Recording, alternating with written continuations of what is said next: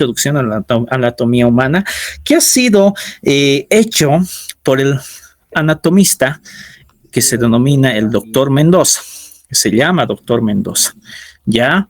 Entonces, el doctor Mendoza es un docente de la Cátedra de Anatomía de la Facultad de Medicina. No es una persona extraña.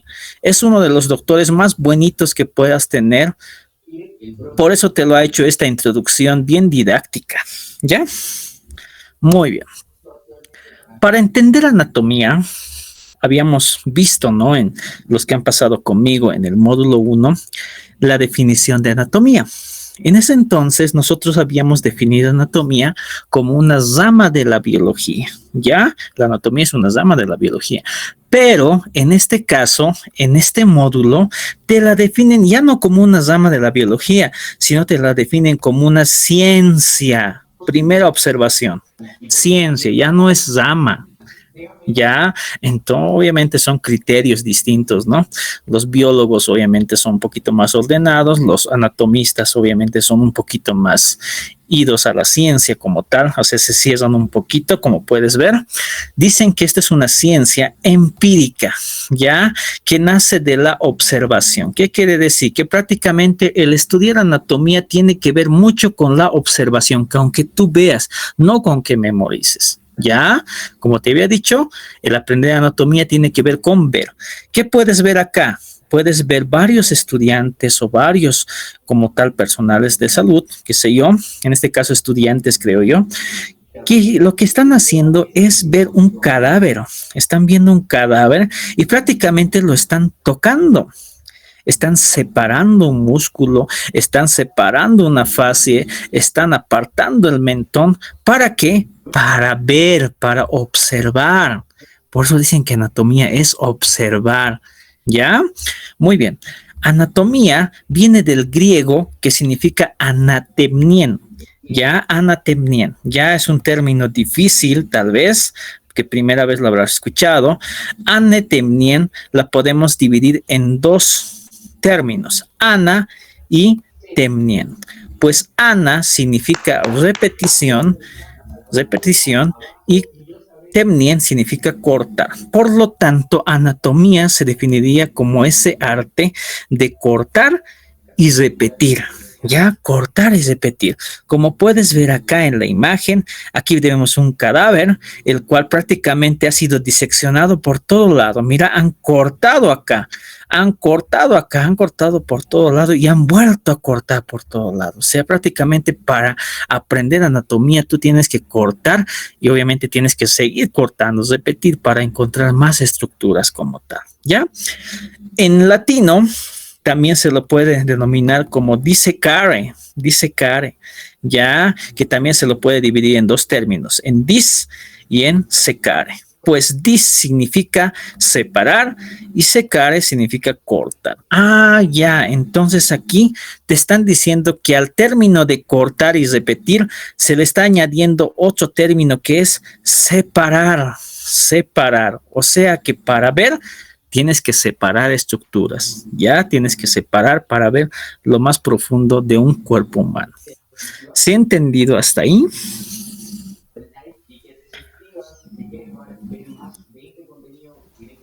Sí, se entendió. Muy bien, entonces esto es prácticamente básico, estamos hablando de definición más, ¿ya?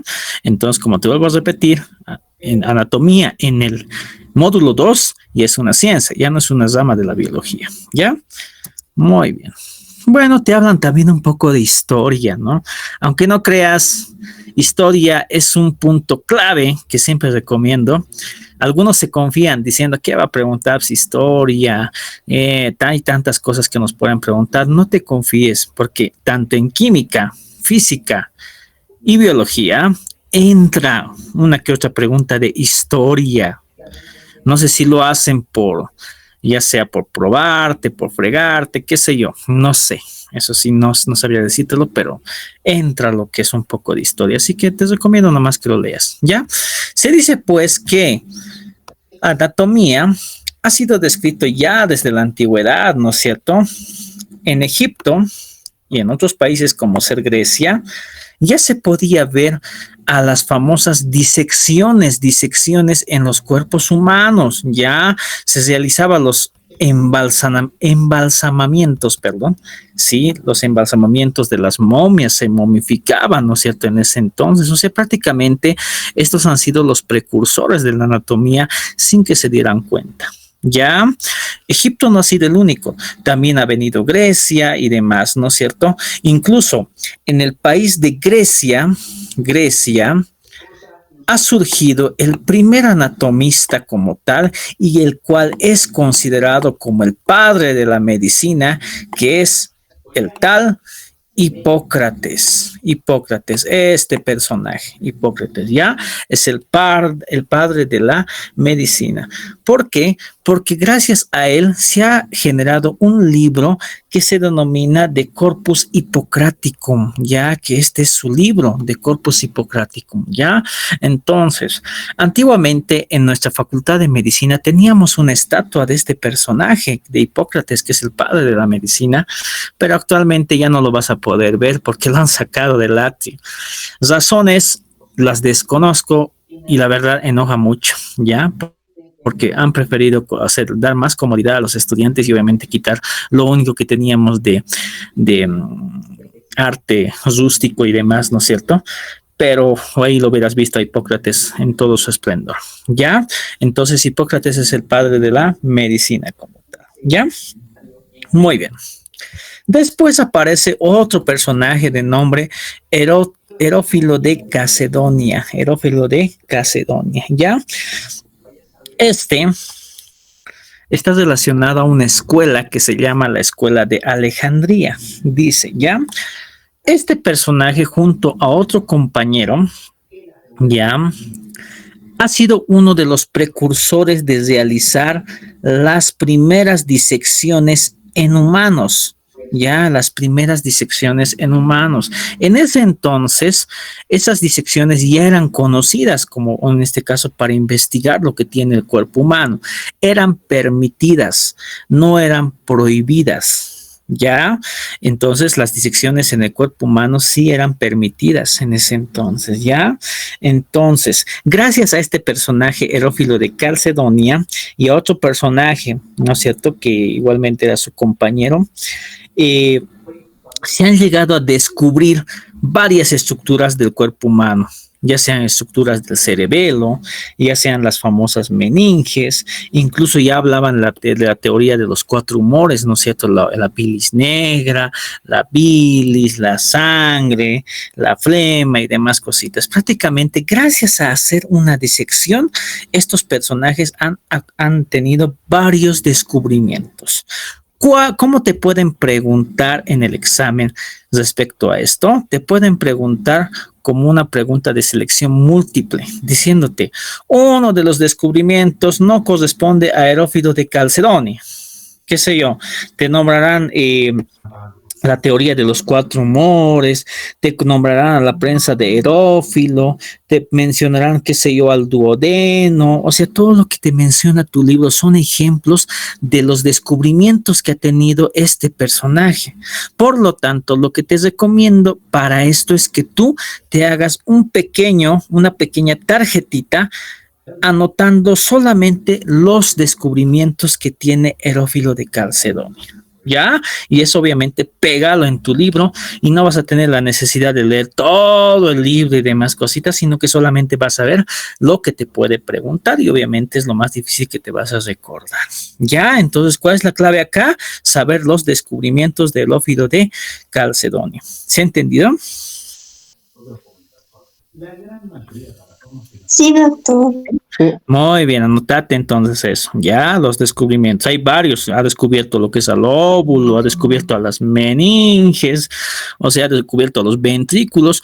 No tengo la necesidad de nombrar tantas cosas porque eso obviamente yo quiero que tú te lo aprendas como tal, porque todavía no sabes qué es un ventrículo, no sabes qué es en sí el cerebelo, no sabes ni qué es la prensa de Herófilo, ¿no ve? Entonces, por eso prefiero que te la tengas anotadita ahí y cuando te toque las clases respectivas para hablar esos descubrimientos como es el duodeno, cerebelo, óvulo y demás cositas, ahí sí la vas a llegar a entender. Ahí sí me vas a llegar a entender y vas a decir, el doctor me decía, me ha hablado de este término, me ha hablado de este ejemplo, había estado en este tema. Ya. Entonces, la idea de esta clase es buscar pescadas. Es un tema fácil, pero hay que buscar pescadas, ¿ya? Muy bien. Después nos mencionan a otro personaje que es Galeno de Pérgamo. Galeno de Pérgamo, ¿ya? Galeno de Pérgamo nos dice pues que ya este era un romano como tal, ya era un romano y era un médico como tal. Y era famoso, era filósofo, como actual dice. Este personaje ya no podía realizar lo que son disecciones en humanos. Ya no, estaban prohibidas para su tiempo ya. Decían, está prohibido cortar humano, era un asesino el que cortaba un cuerpo humano. ¿Ya? Entonces, él para seguir realizando lo que son los descubrimientos anatomistas, ha cortado, o en este caso ha diseccionado, cuerpos de animales, como ser de un cerdo, de un monito y demás, ¿no es cierto? Que te mencionan en el libro. ¿Ya?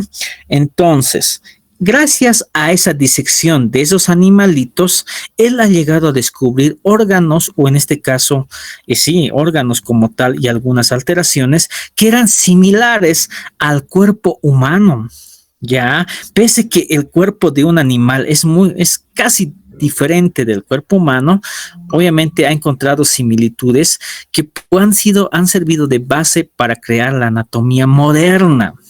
Ya, obviamente sus libros, en este caso, sus teorías y demás cositas son erróneas, tienen errores, sí, no se niega porque son de animales, pero eso ha servido para tener lo que es la base de en este caso, base de la anatomía moderna.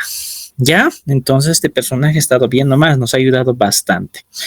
Después aparece Andrés de Vesalius o Andreas Vesalius, ¿ya? Que a este lo mencionamos como el verdadero padre de la anatomía moderna.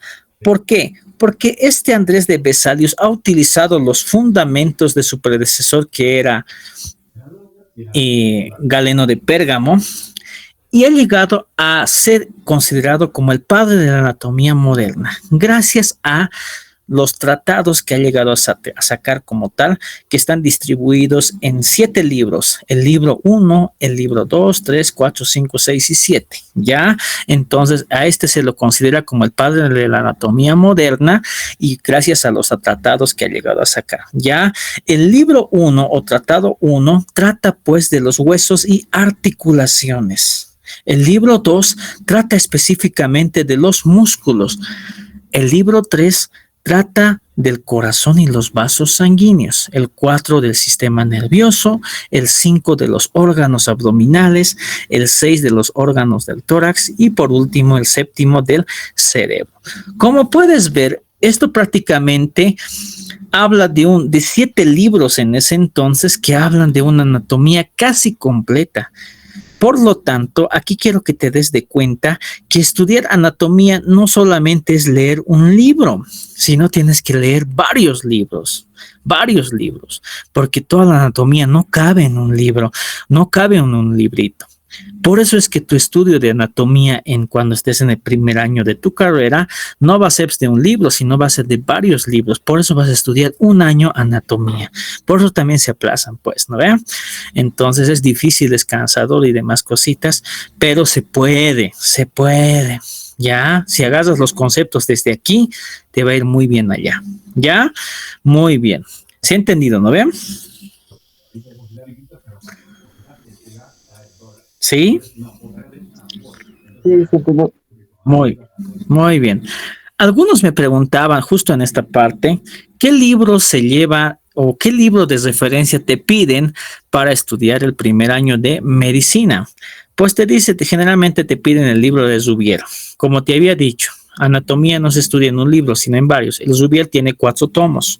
Ya ahí están distribuidos todo esto que te estoy mencionando. ¿Ya? Muy bien.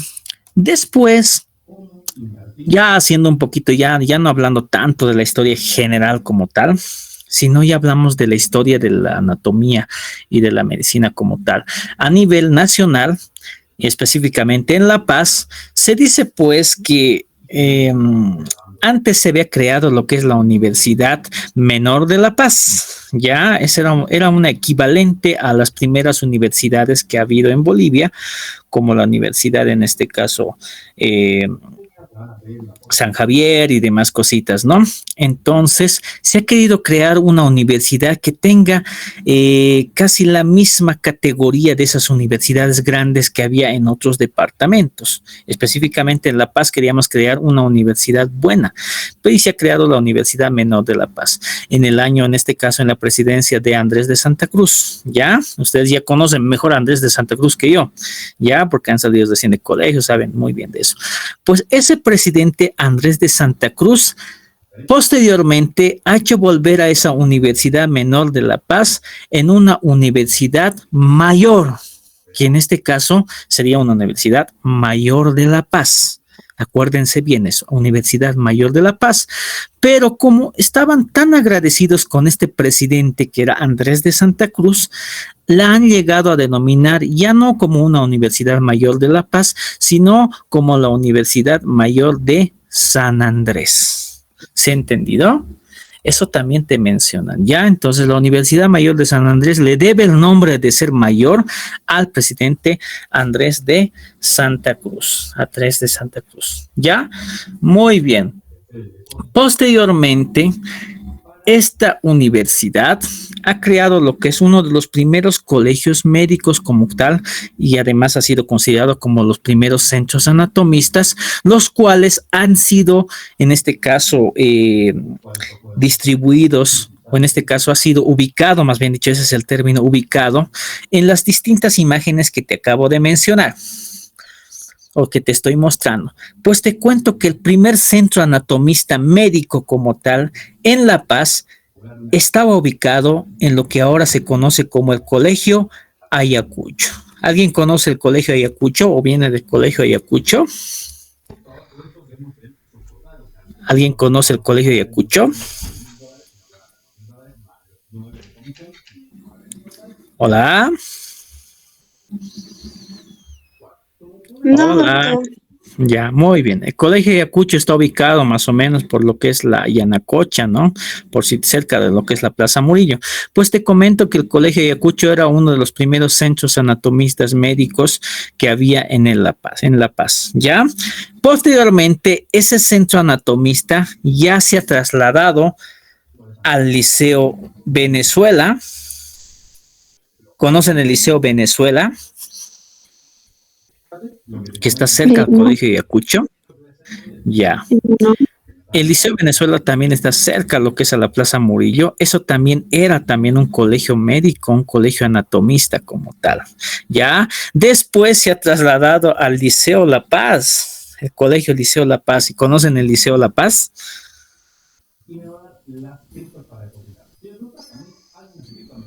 La Nadie. verdad, sí. Muy bien, están perdidos en tiempo y espacio, estimados. Tienen que conocer la ciudad, les recomiendo, porque nuestra ciudad está repleta de historia, ¿ya?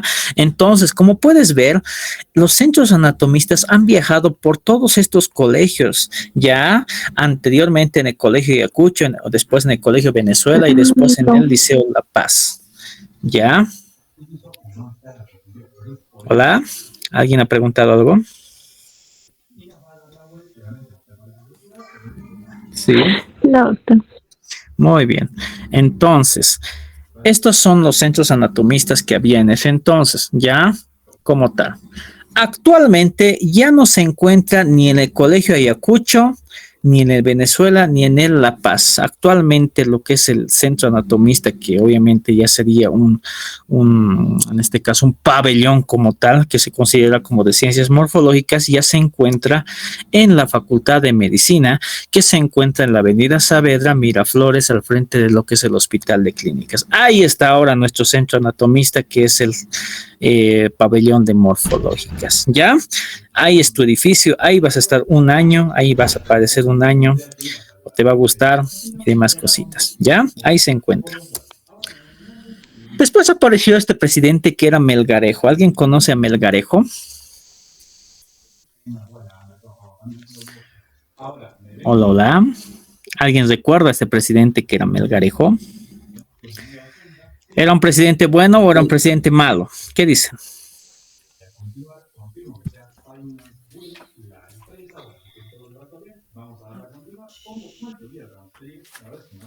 ¿Era un presidente bueno o era un presidente malo? Presidente malo. ¿Por qué era malo? Porque no sabía leer ni escribir, entonces me ha perjudicado una gran parte. Ya, muy bien. ¿Qué más? Bueno, era considerado un caudillo, entonces tenía un puesto militar y llegó al poder mediante un golpe. Muy Vendió bien. muchas tierras, a negociar y bueno, Exacto. llevó a la economía a un punto de quiebre. Y de ahí nos vino Exacto. creo que las dictaduras militares.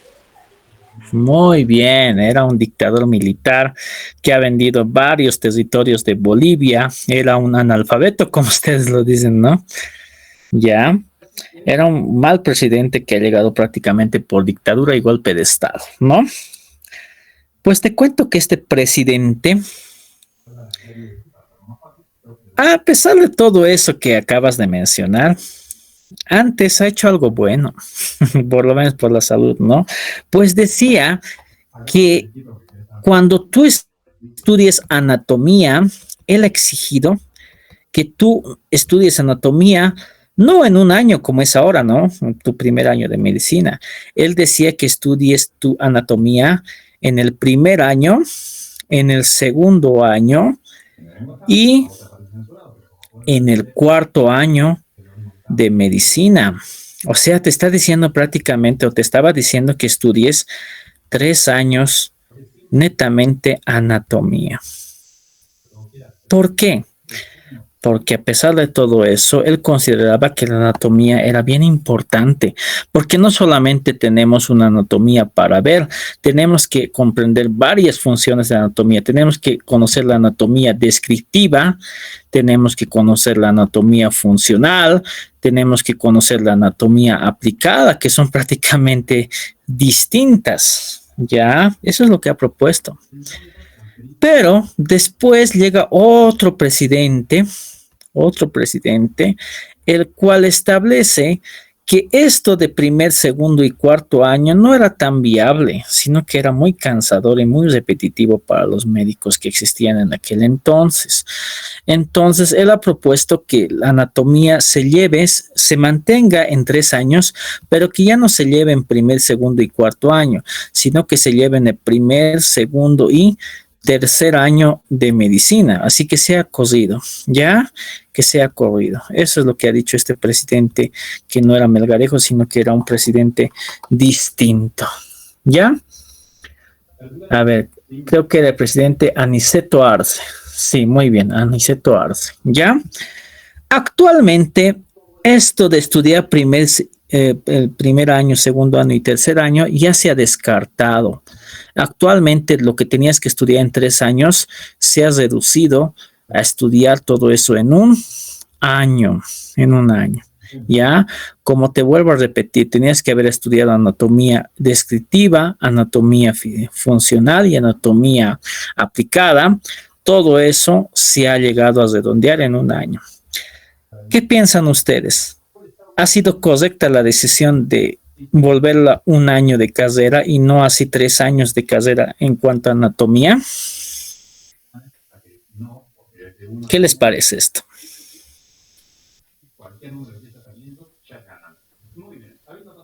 ¿Está bien? ¿Está mal?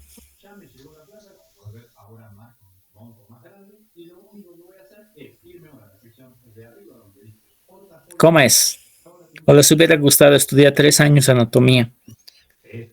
Lice, una pregunta, ¿y por qué solamente se ha reducido a un año llevar anatomía? Porque ustedes mismos han pedido, los mismos estudiantes han solicitado eso. Por eso, no ha habido otra razón. El estudio de la medicina no era pues 5 años o 6 años, era pues 10 años. Para ser un médico general tenías que haber estudiado por lo mínimamente 10 años. Por eso es que los médicos eran tan requeridos y tan respetados, porque sabían mucho. Imagínate 10 años continuos de estudio ¿no? Por eso eran bien respetados. Vas a ver cuando estés en la carrera de medicina, específicamente a los médicos, futuros médicos y colegas, les digo, no se dejen llevar porque sus docentes todavía son mayorcitos. Vas a ver docentes que son viejitos, siguen haciendo docencia, ¿ya? Pero son buenos, no digo que son malos, son bastante buenos, tienen bastante experiencia y son esos docentes los que han tenido que estudiar así en 10 años, ¿no? 3 años de anatomía y imagínate cuántos años más de otras materias. Entonces siempre les van a echar en cara, y con justa razón, que ellos han hecho más años de materia y más años de carrera. Ya, entonces obviamente por eso también se saben un poquito más, ¿no? Son los profesores, son los maestros en realidad, ya, se merece mucho respeto. Pero si has reducido a un año, te cuento, así ya según yo, ¿no? Según yo, porque eso no te lo comenta el libro. Se ha reducido en un año por la necesidad de médicos que teníamos en aquel entonces, ¿ya? Por ejemplo, si bien teníamos médicos ya formados así de 10 años y más, eran escasos. Nosotros necesitábamos más médicos, más personal de salud y no podíamos esperar 10 años que salga un médico, ¿no? Como tal, para que esté ejerciendo y esté trabajando y ayudando a la población. Entonces, se ha reducido los años de estudio, pero también se ha llegado a comprimir lo que son los temas que deben de avanzar en esos 5 o 6 años, ¿ya? Por lo tanto, también se ha llegado a exigir un poquito más en esos años, ya por la necesidad de la población más que todo se ha llegado a reducir y por la necesidad de lo que es el ámbito del personal de salud. Ya, es una de las teorías que yo tengo por el cual se ha llegado a reducir lo que es este tiempo de estudio. Pero aún así es una de las carreras que tiene más años para estudio, ¿no? 6 a 7 años no tienes que estudiar para titularte. Entonces, que no sea un desánimo, que sea más bien un impulso, porque vas a ser un personal reconocido y demás cositas, porque obviamente a comparación de otras licenciaturas que solamente hacen 4 años y a veces menos todavía, entonces tú vas a hacer más años y vas a tener una categoría y aprendizaje mejor, más aún si vas a entrar a la UMSA. ¿Ya? Muy bien. Después ya nos hablan de términos, en este caso la descripción anatómica, ¿ya? Nos hablan pues de la posición anatómica, ya que debe de tener el cuerpo humano. Los que van a pasar o los que han pasado conmigo el año pasado a anatomía, esto de descripción anatómica lo han hecho, les he hecho salir adelante y lo han hecho de manera práctica. Ya, a mí no me sirve que te memorices esto y demás. Yo quiero que tú hagas la posición anatómica. ¿Y en qué consiste la posición anatómica? Es en representar este pequeño dibujo con tu cuerpo. Ya, te van a decir en carrera, ponte en posición anatómica y tú no vas a saber qué es la posición anatómica. La posición anatómica consiste en pararte erguido.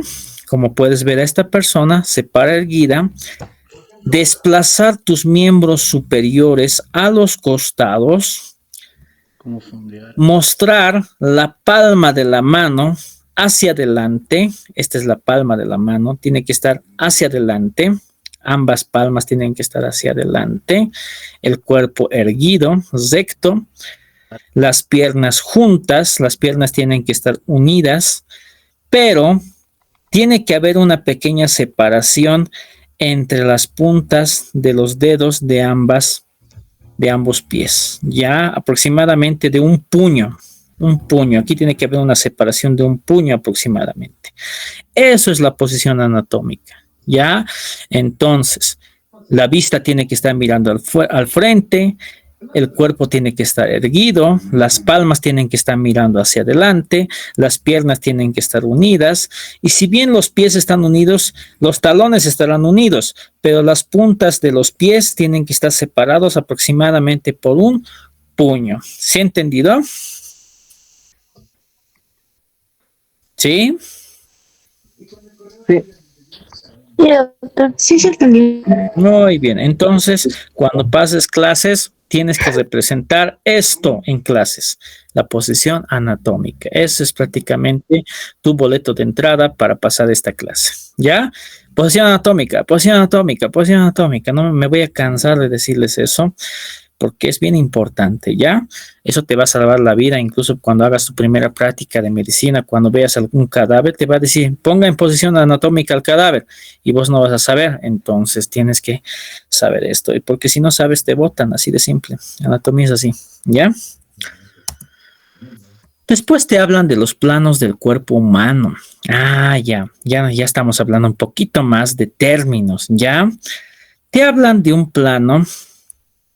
Aquí vamos a ver un pequeño error que, bueno, no sé si es un error de cátedra o es un error ya de libros, no sé, porque ahorita tampoco me han dado las respuestas los profes, los maestros.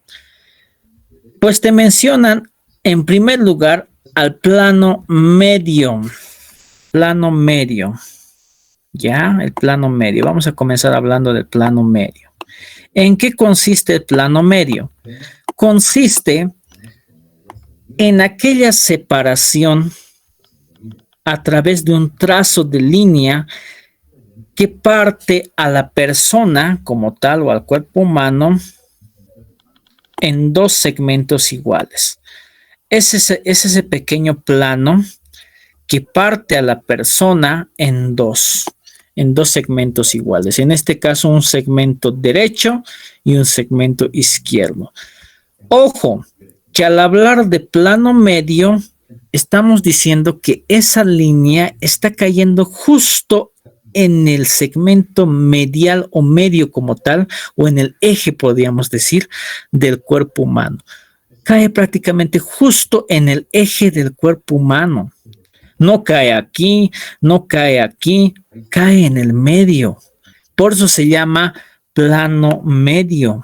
Plano medio. Ya en otros libros lo vas a ver como plano sagital, que obviamente en tu libro de prefacultativo no te lo mencionan así, sino que al plano sagital te lo mencionan como plano medio. Y sí tienes razón, el plano medio obviamente está coincidiendo con el eje del cuerpo, ya con el eje del cuerpo. Separa lo que es al cuerpo humano en un segmento derecho y en un segmento izquierdo. ¿Ya? ¿Sí entendido, no ven? ¿Sí? Sí, doctor. Muy bien, entonces ese es el plano medio, ya no te vas a olvidar. Después hablamos recién de plano sagital, ya, como te vuelvo a repetir, sagital a veces lo confunden con plano medio.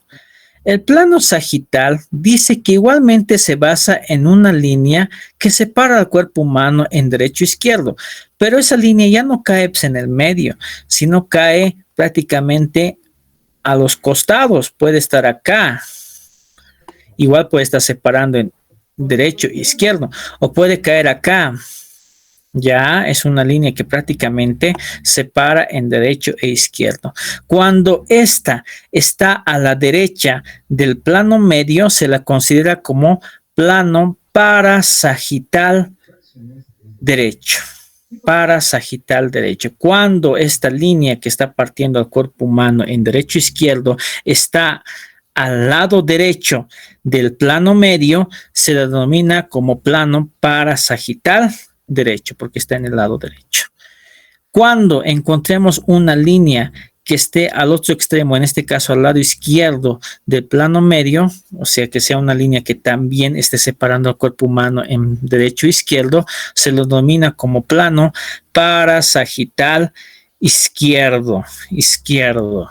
¿Se ha entendido esa diferencia entre plano sagital y plano medial? Sí, doctor. Muy bien, exacto. Después encontramos a otro plano que obviamente ya no separa al cuerpo humano en izquierdo y en derecho, sino que separa al cuerpo humano en anterior y posterior. Ya es un plano que separa al cuerpo humano en dos caras, en un plano anterior y en un plano posterior. ¿Por qué? Porque traza al cuerpo humano desde la sutura frontal, obviamente partiendo a la mitad, pero desde ocho lados, ¿no es cierto? Parte lo que es al cuerpo humano en un segmento anterior y en un segmento posterior. En un segmento posterior. Eso te está hablando. Ese tipo de línea que separa al cuerpo humano en segmento anterior y posterior se lo denomina como plano anatómico frontal. ¿Por qué se denominará frontal? Porque casualmente la línea que separa en anterior y posterior que está en la cabeza justo coincide con una sutura del cráneo que se denomina sutura frontal. Sutura frontal, que eso lo vamos a ver cuando avancemos huesos y lo van a ver en vivo para los que van a estar en presencial al esqueleto como tal y me van a mostrar dónde está la sutura frontal, ya, la sutura frontal, por eso se denomina pues plano frontal, ya, plano frontal. ¿Preguntas, dudas respecto a lo que es al plano frontal?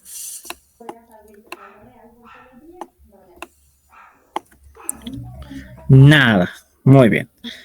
Y aquí tenemos, dime, ¿todo bien? Sí, se entendió todo. Muy bien.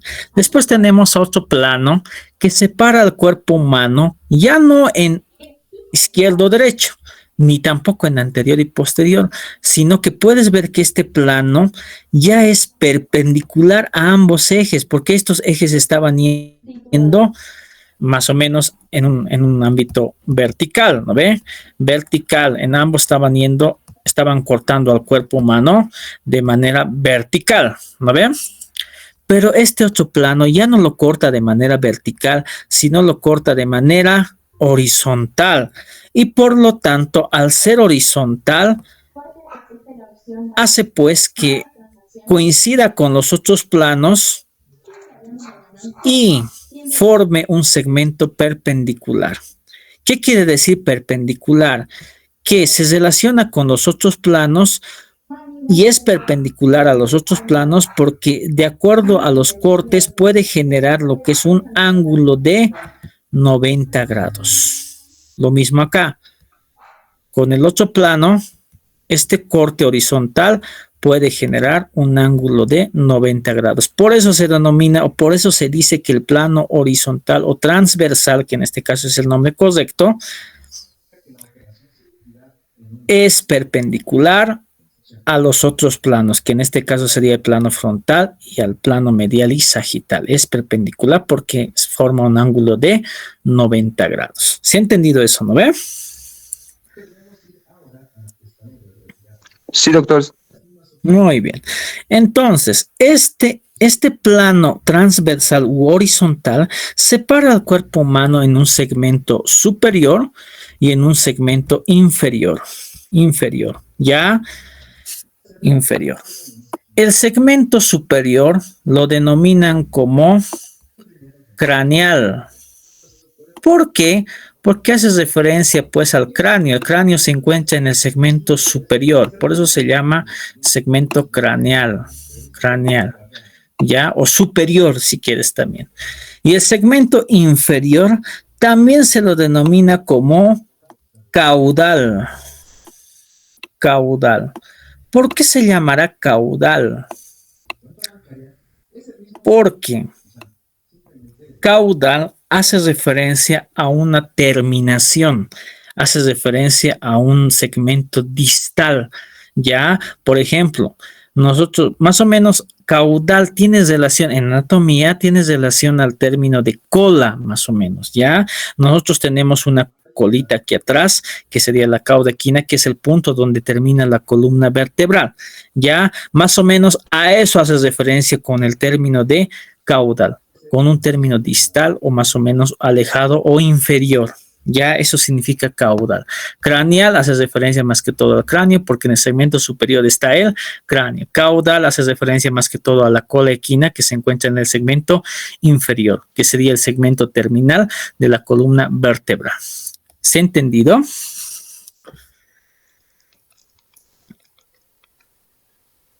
Sí, doctor. Muy bien. Muy bien. Otras posiciones más que te menciona el libro son el término pues de decúbito supino, decúbito lateral y decúbito prono. Ya el decúbito supino pues consiste en mostrar al cuerpo humano echado o en este caso apoyado sobre lo que es su espalda, también apoyado sobre lo que son el extremo posterior de sus miembros superiores. Prácticamente te está diciendo que todo el segmento posterior del cuerpo humano está en contacto con una superficie plana. Eso es lo que te está diciendo, que el cuerpo está apoyado prácticamente en todo el segmento dorsal o posterior del cuerpo humano, tanto la espalda, los codos y demás cositas. Eso es decúbito supino, ¿ya? Este término es muy importante aprenderlo, porque cuando tú tengas que presentar a un paciente, tienes que decir en qué posición está, ¿ya? En qué posición ha llegado o en qué posición lo has encontrado, ¿ya? Imagínate que te encuentres a un paciente que esté botado en la calle por un accidente de tránsito. Obviamente tienes que ver en qué posición está antes de tocarlo, porque cuando tú tengas que hacer tu informe, obviamente tienes que describir cómo lo has encontrado, y no le vas a decir estaba echadito, botado por ahí. No, ese no es el término como tal. Tienes que decir estaba en decúbito supino, estaba en decúbito lateral, estaba en decúbito prono y demás cositas. Hasta los policías saben eso, ¿ya? Por eso los policías, cuando ven un accidente de tránsito, un muertito botado por la calle, no lo tocan hasta que llegue lo que son los forenses y demás cositas. ¿Por qué? Porque saben que cualquier alteración de la posición anatómica del cadáver, o en este caso de la persona accidentada, puede influir en futuras consecuencias legales y anatómicas en esta persona que está sufriendo el accidente, ¿ya? Entonces, muy importante. Cuando encuentres, incluso cuando hagas tu práctica en anatomía, tienes que saber en qué posición está el cadáver que vas a estudiar. ¿Estará en decúbito supino, en decúbito lateral o en decúbito prono? Muy bien. Entendiendo que es decúbito supino, que es prácticamente cuando un cuerpito está echado sobre su espalda y sobre todo su segmento posterior. Decúbito lateral consiste pues en el apoyo del cuerpo en un segmento lateral del cuerpo, en este caso en el segmento lateral izquierdo, podríamos ver, ya, este es el lado izquierdo. Entonces esta persona está apoyada prácticamente, su cuerpo está apoyado sobre lo que es todo su componente lateral izquierdo. En este caso, para completar este término, yo diría que es un decúbito lateral izquierdo, ¿ya? Si estuviera apoyado sobre este otro lado, que sería el lado derecho, entonces cambiaría lo que es el término A, decúbito lateral derecho. Ya, entonces solamente es ver en qué parte o qué partes de su cuerpo están apoyados sobre la superficie plana donde se está apoyando. Eso es lo que tienes que describir. Decúbito lateral izquierdo o decúbito lateral derecho. ¿Se ha entendido eso, no ve? Sí. Sí. Sí, doctor. Muy bien. Sí, doctor. En clases presenciales ustedes van a hacer todas esas posiciones por si acaso. ¿Ya? Bonito es. Decúbito prono. Cuando hablamos de decúbito prono, pues tenemos, o más que todo se entiende a decúbito prono, cuando el cuerpo está apoyado en su segmento anterior, en este caso sobre su esternón, sobre sus costillas, sobre su barriga, sobre su cara. Eso es un decúbito prono, cuando la espalda ya no sirve como punto de apoyo, sino como el punto de apoyo como tal, o un punto de compresión sobre la superficie plana. Es lo que es todo el segmento anterior del cuerpo humano, que sería la cara, el pecho, el esternón, las costillas, el estómago, el dorso de la mano y demás cositas, ¿ya? Eso es un decúbito prono, o sea, cuando una persona está echada de pancita. Eso es, ya, decúbito prono. ¿Se ha entendido? Muy bien. Entonces, mi pregunta para ustedes es, cuando duermes en tu camita, ¿tú duermes en decúbito supino, en decúbito lateral o en decúbito prono? A ver, ¿quiénes duermen en decúbito supino? Digan yo.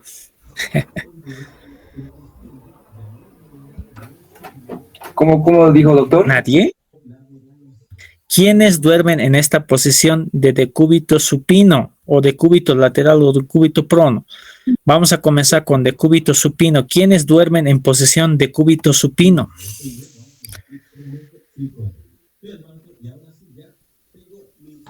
Yo un día me dormí así, me dio pesadillas, desde ahí nunca más. Muy bien. Ya. Ahora díganme, según ustedes, notan, ¿no ve? Cada día dormimos. De estas tres posiciones que te acabo de mencionar, decúbito supino, decúbito lateral y decúbito prono, ¿cuál es la posición más cómoda para dormir, según ustedes? Decúbito lateral, doctor. ¿Ya? ¿Están de acuerdo? Decúbito lateral. Con decúbito prono. Decúbito lateral. ¿Ya? No. Prono, muy bien. Entonces, hay siempre personas que duermen boca abajo, ¿no? Obviamente con la cabecita mirada a un costado, porque si no se asfixian, ¿no? Muy bien. Se ha demostrado que generalmente para tener un sueño reparador, esta posición de decúbito supino es la menos indicada para tener un sueño reparador y que prácticamente la mayoría no realiza. ¿Ya? El decúbito lateral y el decúbito prono son las posiciones que mayormente adoptamos para dormir y a veces lo hacemos de una manera inconsciente como también consciente. El decúbito lateral generalmente lo hacemos de manera consciente para apoyar lo que son todo nuestro cuerpo en un lado del cuerpo, ¿ya? El decúbito prono se ha visto que generalmente lo hacemos de manera involuntaria o inconsciente para dormir, ¿ya? Esto tiene una explicación fisiológica. ¿Por qué? Porque cuando adoptamos el decúbito prono para dormir, el retorno sanguíneo de nuestros miembros inferiores y demás va con mayor o adopta una mayor circulación, o sea que la sangre circula mejor cuando adoptas esta posición de decúbito prono. Es por eso que para muchos, también me incluyo, para muchos de nosotros el decúbito prono es muy relajante para dormir, pero mucho ojo, puedes llegar a asfixiarte porque puedes llegar en este caso, a obstruir las vías aéreas, ¿ya? Entonces no es muy recomendado, pero adoptamos esta posición. Es muy relajante para nosotros porque permite mayor retorno sanguíneo al corazón, ¿ya? El decúbito lateral también es bueno, pero lo malo es que si adoptas mucho tiempo esta posición, vas a llegar a comprimir este miembro superior y vas a ocasionar que este miembro como tal sufra de poco riego sanguíneo y te va a doler. ¿Les ha pasado eso? Que duermen mucho tiempo de costado y les duele lo que es la mano que están aplastando. Sí, se ve dolor. Se cambia cada rato. Sí, duele. Duele, ¿no ve? Sí. Entonces, esta posición, y por eso es que cuando pasa eso, cambiamos de lado. Cambiamos. Si estábamos en el lado izquierdo, cambiamos al lado derecho. ¿Ya? Y a veces nos da mucha flojera cambiar de izquierda a derecha cuando estamos durmiendo porque obviamente nos hace levantar, ¿no? Interrumpe nuestro sueño, que muchos prefieren adoptar esta posición al final, ¿ya? Pero pocos duermen así. Hay todavía personas que duermen así, pero pocos, ¿ya? ¿Sí entendido? Sí. Sí, doctor. Muy bien. Sí, doctor. Pues, ¿qué les ha parecido esa explicación de cúbitos?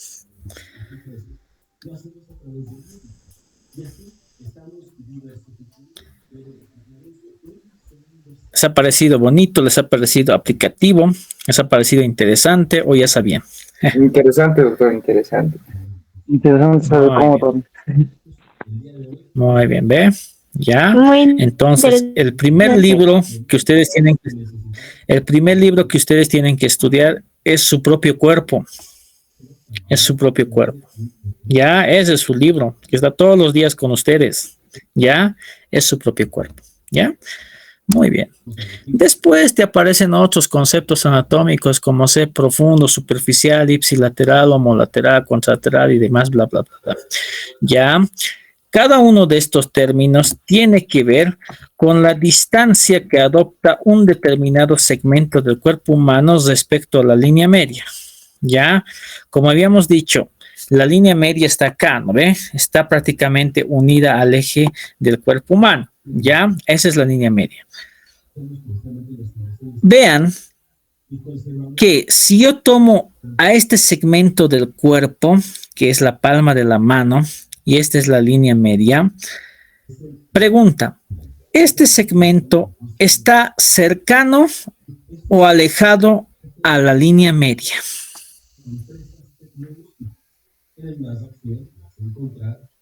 ¿Cómo es?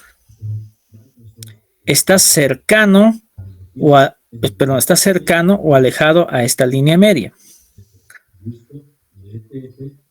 ¿Qué dicen? Alejado. Está alejado. Está alejado. Muy bien. Muy bien. Ya está alejado. Muy bien. Si tomo este otro segmento, que vendría a ser el hombro, ya, ¿el hombro está cercano o alejado a la línea media?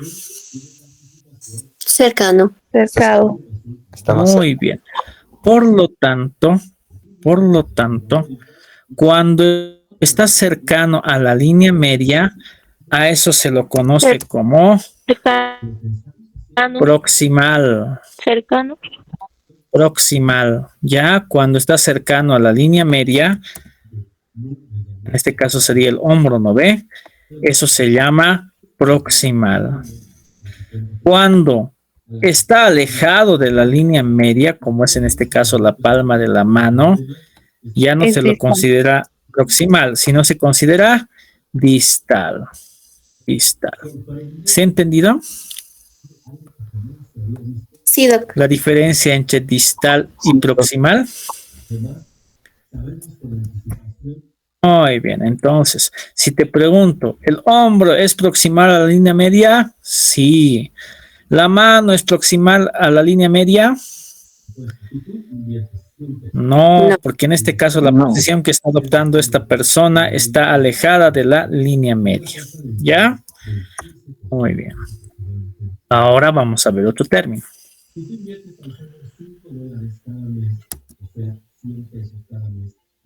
Si bien sabemos que habíamos definido que esta línea sagital dividía el cuerpo humano en derecha e izquierda, ¿recuerdan eso, no ve? Derecha e izquierda, ¿no ve? ¿Sí o no? Muy bien, derecha, izquierda. Muy bien, derecha, izquierda. Díganme ustedes, ¿en qué lado del cuerpo humano, hablando de derecha e izquierda, en qué lado del cuerpo humano se encuentra el corazón? ¿En la izquierda o en la derecha? ¿Dónde está el corazón? Izquierda. Izquierdo, doctor. Izquierda. ¿Seguros? Al medio. ¿Al medio? ¿Seguros? Se encuentra en la parte izquierda. Izquierda, muy bien. Izquierda. Muy bien, aquí está el corazón, ya, aquí está el corazón, en el lado izquierdo. Muy bien, qué bien. Ahora díganme ustedes, ¿dónde está el hígado? ¿Derecho o izquierdo? Derecha. Derecha, doctor, derecha. ¿Seguros? En el lado ¿Seguros? ¿Se han tocado? ¿Se han tocado el hígado? Ahora sí que está en derecho. ¿O ya sabían? derecho. Muy bien, entonces tienen mucha razón, ¿ya? El hígado está en el lado derecho, ya es ahí donde nos duele a veces cuando nos renegamos, cuando nos da unos cólicos, ¿no ve? Aquí está el hígado, muy bien. Entonces, vean ustedes que cuando el corazón está en un lado y otro órgano, como sea el hígado, está en otro lado, adoptan posiciones diferentes, ¿ya? Entonces, les pregunto una pregunta más. ¿Ustedes saben dónde está la vesícula biliar? ¿Izquierdo o derecho? Derecho. Derecho. ¿Seguro? Derecho. Muy bien, derecho. Está prácticamente debajo del hígado. Está debajo del hígado. ¿Ya? Entonces, como pueden ver, hemos mencionado al corazón, al hígado y a la vesícula biliar. ¿Ya? Cuando un determinado órgano se encuentra, como en este caso la vesícula biliar, se encuentra en el mismo lado del otro órgano que estamos estudiando, o sea que se encuentra en el mismo lado, en este caso del hígado, a eso se lo conoce como ipsilateral, o también denominado homolateral. ¿Qué quiere decir? Que está en el mismo lado. Eso es ipsilateral u homolateral. En este caso podríamos decir que la vesícula es ipsilateral al hígado. ¿Sí ha entendido? Vuelvo a repetir.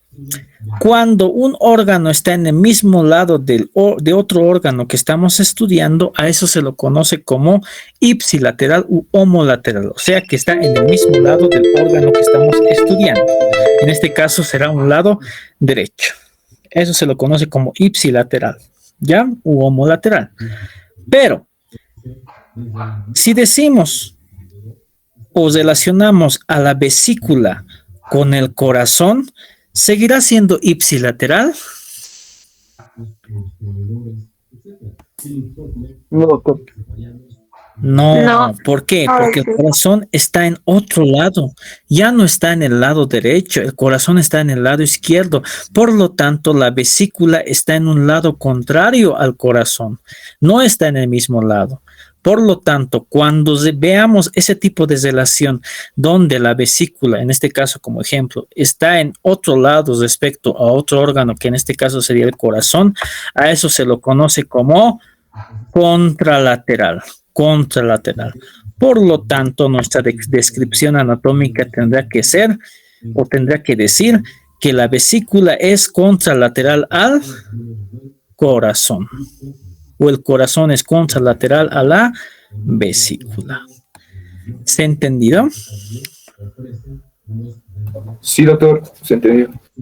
Muy bien. Eso es ipsilateral y eso es contralateral, contralateral. ¿Ya? Muy bien.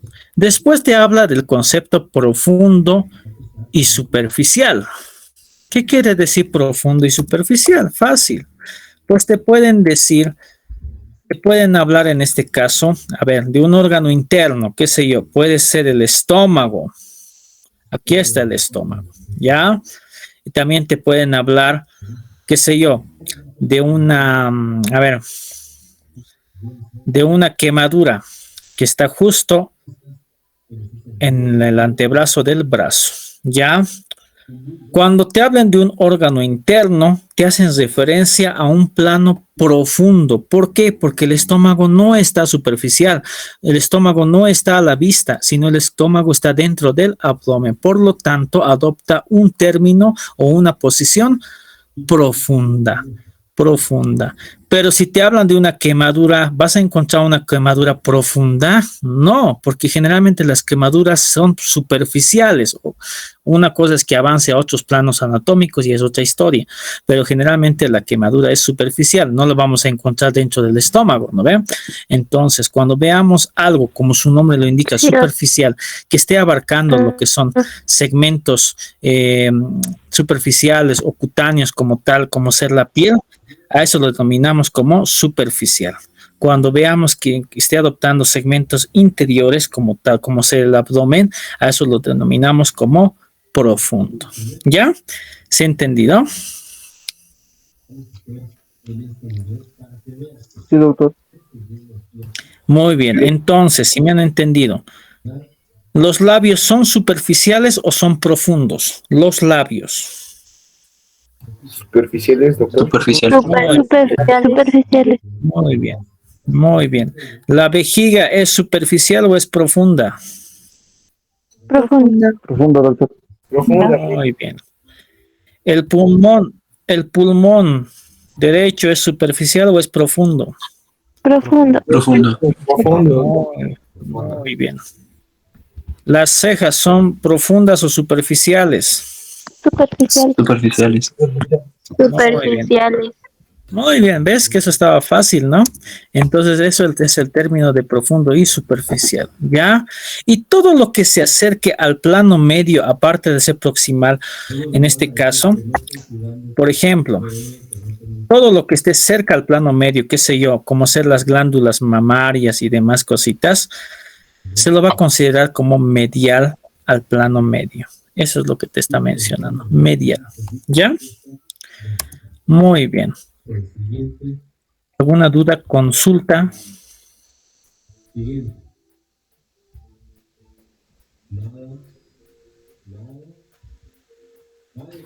No, doctor. Muy bien.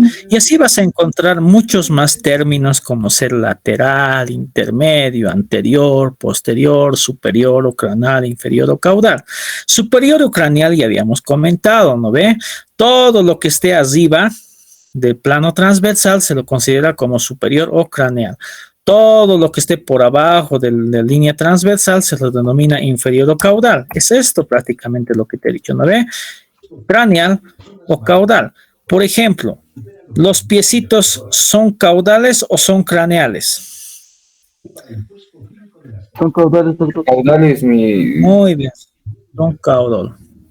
Caudales. Muy bien, ¿las orejas son craneales o caudales? Craneal. Muy bien, son craneales. ¿Ve? Así de simple, ¿ya? Así de simple. Eso te está diciendo el término de superior o craneal, inferior o caudal.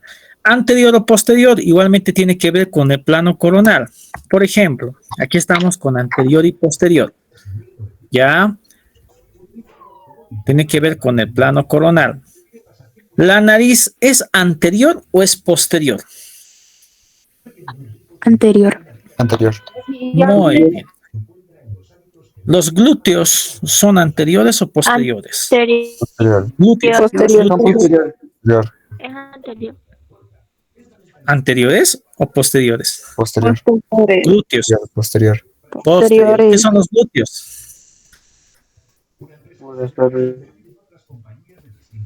Los glúteos son pues prácticamente las nalguitas, ¿no vean? Entonces son posteriores. Muy bien. Las glándulas mamarias, en este caso de las mujeres, ¿son anteriores o posteriores? Anteriores. Anteriores. Muy bien, ya. ¿Las orejas son anteriores o posteriores? Posterior. Posteriores.